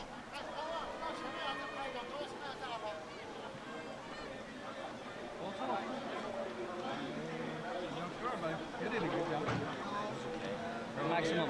Sorry about my driving. I figured I couldn't get used to the unbreakable. It took me a long time to know you. It's after you shake down the pad, I didn't know how to. Fascinating to hear those two talking, both apologising for each other's driving. Let's go back down to Amy, who has our race winners. And here with the winners, it's everywhere in their pits. It says, let's win here, and they did win it here. Congratulations, Andy. I can't believe this was the first time for both of you driving this track. Yes, it's the first time for us to be into here, and we can't believe it that we made it so far, which we are emotional now, and yeah, finally we made it. I missed this opportunity at Podium 3 months ago, but we grabbed this opportunity today, and both of us did a mega job today. Thanks to my teammate and my company. Well done. Great. You know, you were very nervous at the beginning, so it's nice to see you smile finally. Congratulations. And Okayama, oh my God, you know, it was perfect. You were cruising, I guess, despite everything that was going on behind you. Yeah, actually, I cannot believe it's true, actually, because I joined the Win Here car in a half season, and I'm very thankful to Harmony and Win Here to give me this chance to get into this car. And actually, Andy did a really good start in the beginning, opened the gap, and I just get in the car to open the gap a little bit, and I drive it very safely in the last moment. And it's really, I think it's not, I cannot believe it's true. And so let's see. Maybe we can get more tomorrow after. Well, it was a very beautiful pole to win. Congratulations again, and party hard. はい、日本のファンの方々にね、訳させていただきます。本当にね、両選手はもうこれ信じられない夢みたいとおっしゃってました。でも本当にここで勝てたことすごく嬉しいとおっしゃってました。そしてアンディ選手もね、初め緊張してたけど本当にチームがねバッチリな車を用意してくれたので、ここでこういうことで優勝できたというね、本当喜びを分かち合ってくださいました。以上です。And back to you. I don't know if party hard is a good idea just because we've got another race tomorrow. But the sentiment is there, and they will obviously carry 15-second success penalty into tomorrow's race, so it does make tomorrow hard for them. But they'll be able to clear that penalty obviously for Beijing. And in that silver championship, of course, we've got Andy Dung was fighting with silver, so he's only 10 points back now. here with Anthony and Dorian. Great job, I would say. P2, you're keeping faith towards the championship. Honestly, it was not an easy race for me. Actually, the weather is so hot outside here. But yeah, we managed to finish P2. I was struggling a bit with the tires at the end. I was sliding everywhere, but I managed to finish P2. Yeah, it was a good battle with Bus, and yeah, it's always nice to finish on the podium. For sure, we want to win because we are fighters together with my teammate, and we did quite a few podiums this season. But at least we come back on the podium. It's already a few weekends that we miss it. So yeah, happy about the day, and we continue to work for tomorrow. Great. It is indeed very hot, and the color looks like a lobster you've been cooked in. Anthony, so yeah, your stint was a little bit chaotic, I would say. How was it? We tried to have a low deg run because we try to save new tires for tomorrow. So at the beginning, I don't have the pressures right, you know. So T1 went wide, lost 4 positions, yeah, and try to come back as best as I can. But the Nissan has too much straight line speed, yeah. So Boko did a mega job today. He carried the weight, so well deserved. Great job to both of you, and let's go to the podium. はい、訳させていただきます。ちょっとね、タイヤがやっぱ今回マネジメント大変だったということで、ドリアン選手は後半割と苦しいタイヤ状況が続いたんですけれども、アントニー選手も初めちょっとプレッシャーを間違えちゃったのかなっていうところで、苦しいスティントだったんですが、まあチャンピオンシップ考えてもね、こうやってこの P2 で終われたことすごく嬉しく思っているということで、この先望みをつなげれたということで、とても満足するレースだったということです。以上です。Back to you. It's something that we don't talk about very often, but there are tyre regulations, which means some drivers and teams are not on fresh tyres at the start of the race. Winner in AM was Adam Corsa. Great job from them. For the winner of your race by 7.1 seconds in the end. Winner Harmony Racing ahead of Boccolacci and Liu. Just 0.3 of a second behind Bastian Bus in the end. And then the winner of the silver class, the silver AM category, sorry, is the 89. There's the winner of the AMs down in 23rd position, ahead of Martin Berry for EBM in 25th.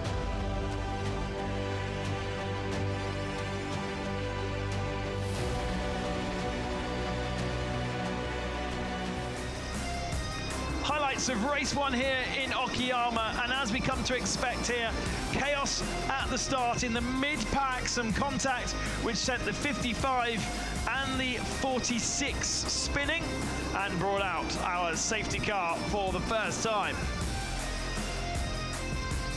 Dissecting the action was not particularly easy, but in the end it was number 10 that was blamed for contact with 55, and it was Brian Lee who ended up with missing bumpers and then plenty of penalties. At the front of the field though, Andy Dung just continued to grow his advantage after a nervous start. Drive-through penalty for Brian Lee, number 2 there. And then this unfortunate incident going down into turn number 5, where the number 60 turns across the bow of the Porsche Center Okazaki car of Uchimiya. It was a horrible day for JMR. Both Corvettes blocking each other in pit lane, having started at the back of the field and wasting even more time. Andy Dung spent time before he came into the pits. He was a late pitter to hand over to Lu Kai Lu, but when he came back out on the circuit, had a strong advantage, which he could continue to grow. Even though Boccolacci and Bastian Bus got aboard the Porsches in second and third, Lu Kai Lu was equal to them.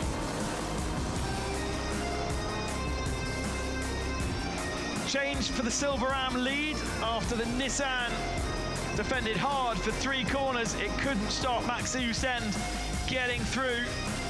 He didn't go round the outside here. It was 3 corners later where he managed to make the pass.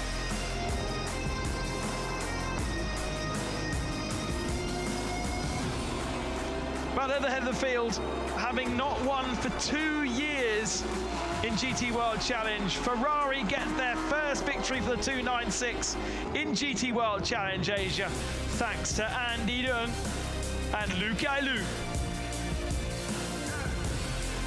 A silver victory in race 1 here in Okayama in 35 degrees of heat.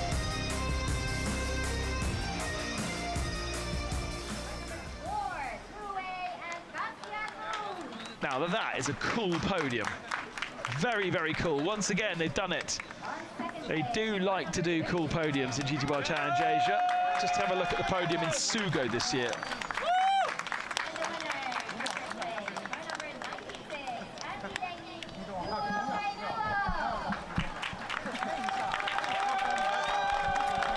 The overall podium, Lukai Lu and Andy Dunn, Boccolacci and Anthony Liu, who's already priming his bubbly. Oh, he gets shot in the face by his cork. Bastien Bus and Wei Lu in 3rd position. Representative from Pirelli comes across to congratulate.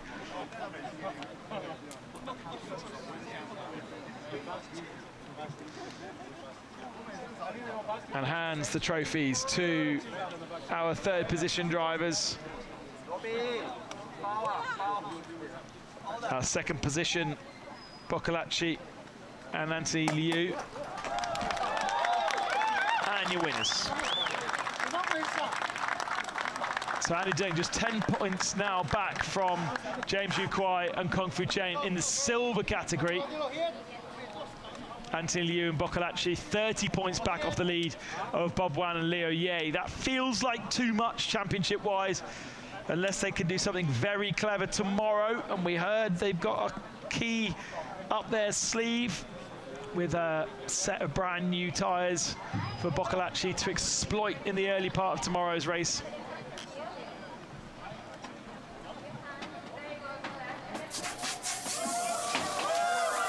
And the champagne sprays on the podium.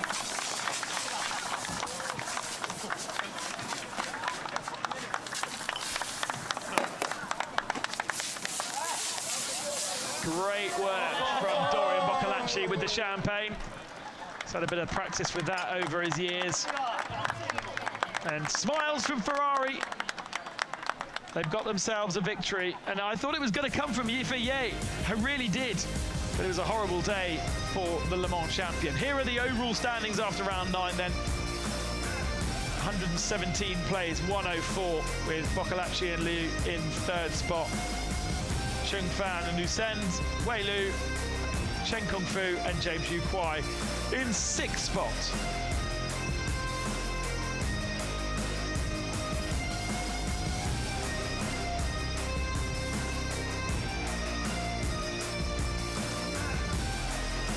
Waiting for the 2nd podium to be readied and reset.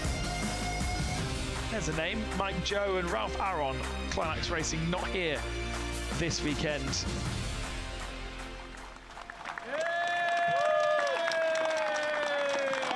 So Pro-Am podium then. 3rd position for Leo Ye and Bob Wan. Bastien Bus and Wei Lu in 2nd position. It's a Pro-Am victory for Boccolacci and Anthony Liu. You see, that's how a Pro-Am championship changes versus the overall. Because in overall 7th position for Liu Ye and Bob Wan, but 3rd spot Pro-Am.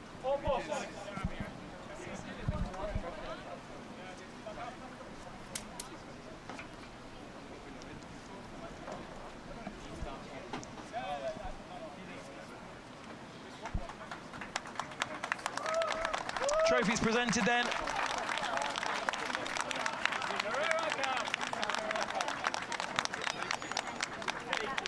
No championships crowned today.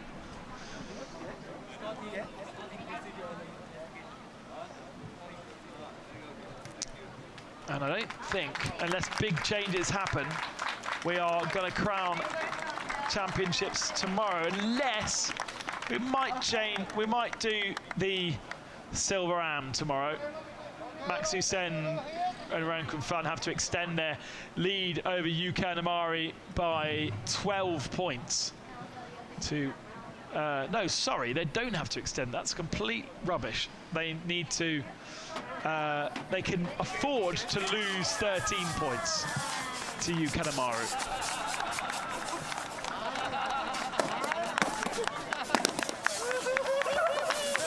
Lots of joy on the podium. Boccolacci showing off like a boss.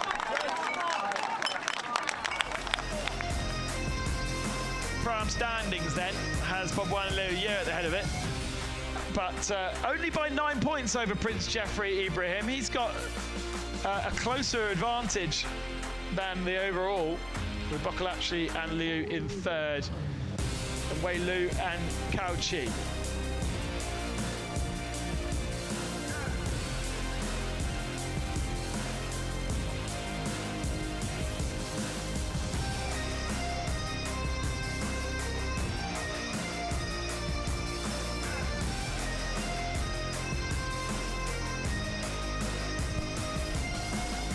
Some interesting names on that second page. Daniel Morad, Thierry Vermeulen, all guests over here. Silver podium then, and it's a third spot for Sean Thong and Rio, James Yu Kwai and Frankie Chen Kung Fu, second spot. But a silver victory to the car 96, which is their third silver victory of the season. They've also had 2 seconds.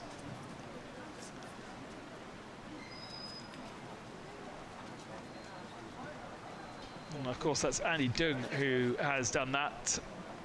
Lu Kai Lu taking the silver victory last time out, actually. That was his first silver victory in Fuji.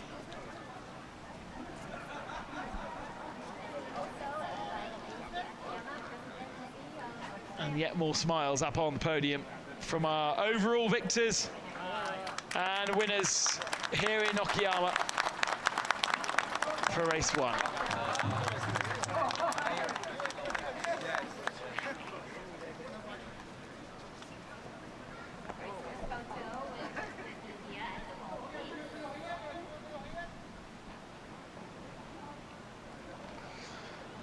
The podium all done then for the silvers. Lots of photos being taken by them. There you go, racing again tomorrow morning around 11 o'clock, I think it is. Might even be earlier than that.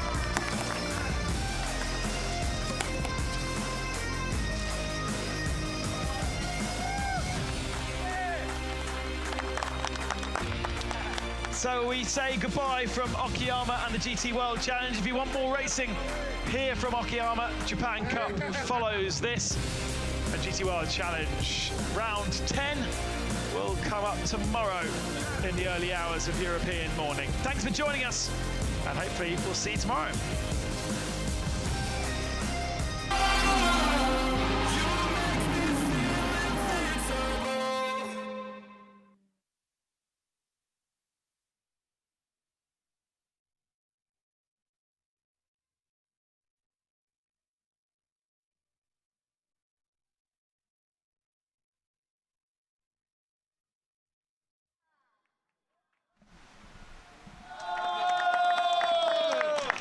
And so for one last podium, no, 2 podiums I think we've got. We've got a Silver Am, which is what we are seeing now, which is actually a pretty competitive championship, the Silver Am. Poor old Nissan being beaten again by Tony, Yuan and Max Hussein. And they are very much with one hand on that Silver Am trophy now.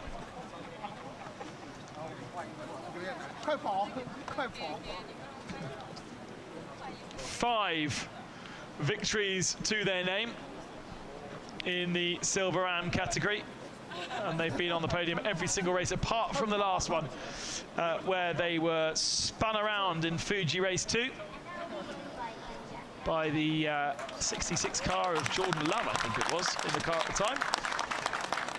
But other than that, it's been very, very successful year for Team KRC. A real mixture of cultures in that team. And you can see just how massively tall Max Hussein is in comparison to everybody else.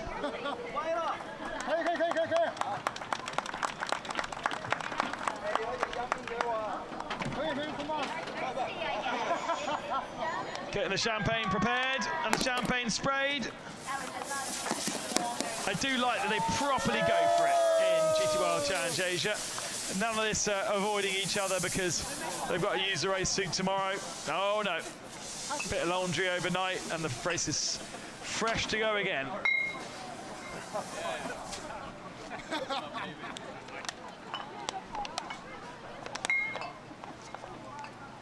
Can't actually see from my screen if it's champagne or not. As you can see, a big advantage over Yuka Namaru from that BMW, and if it stays like that before tomorrow is out, then the BMW will be one of our first champions of the year, as Akash Nandi and Juan Ruhan drop 1 point behind the Nissan. It's a very competitive field in Silver Am, and yet has been dominated by that BMW. Tony Yuan so strong, and Max Hussein, well, I'm not sure he's going to stay silver for long, let's just say that. And so to the final podium then, and it's for the AM category cars. Didn't see too much of them today, but AMAC swapping around their way of doing things so that Andrew McPherson took the start and Ben Porter finished. That allowed Ben to fight with Christian Colombo, and it meant that Colombo actually dropped down to 4th position and off the podium. Martin Berry and Santosho in 2nd position. And look at that, car 16 is on the podium. Lovely.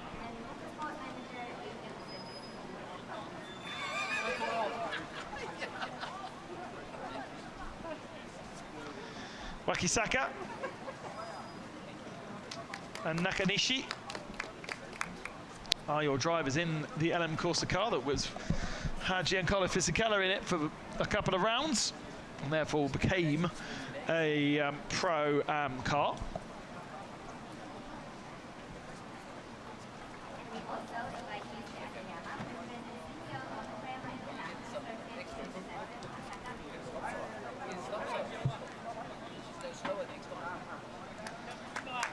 And there we go then.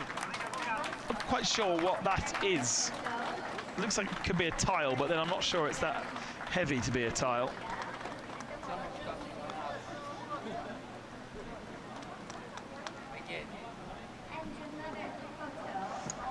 And that rounds out your podiums for Race 1 GT World Challenge Asia.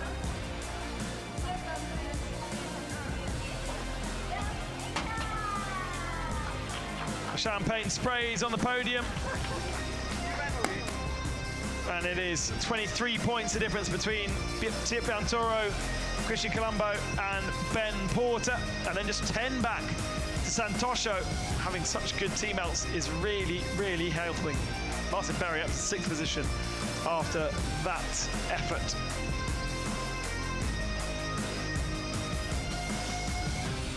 As I say, thank you very much for joining us today. Japan Cup race coming up in a few moments' time. And then the second of our races tomorrow morning here in Japan for GT World Challenge Asia. See you then.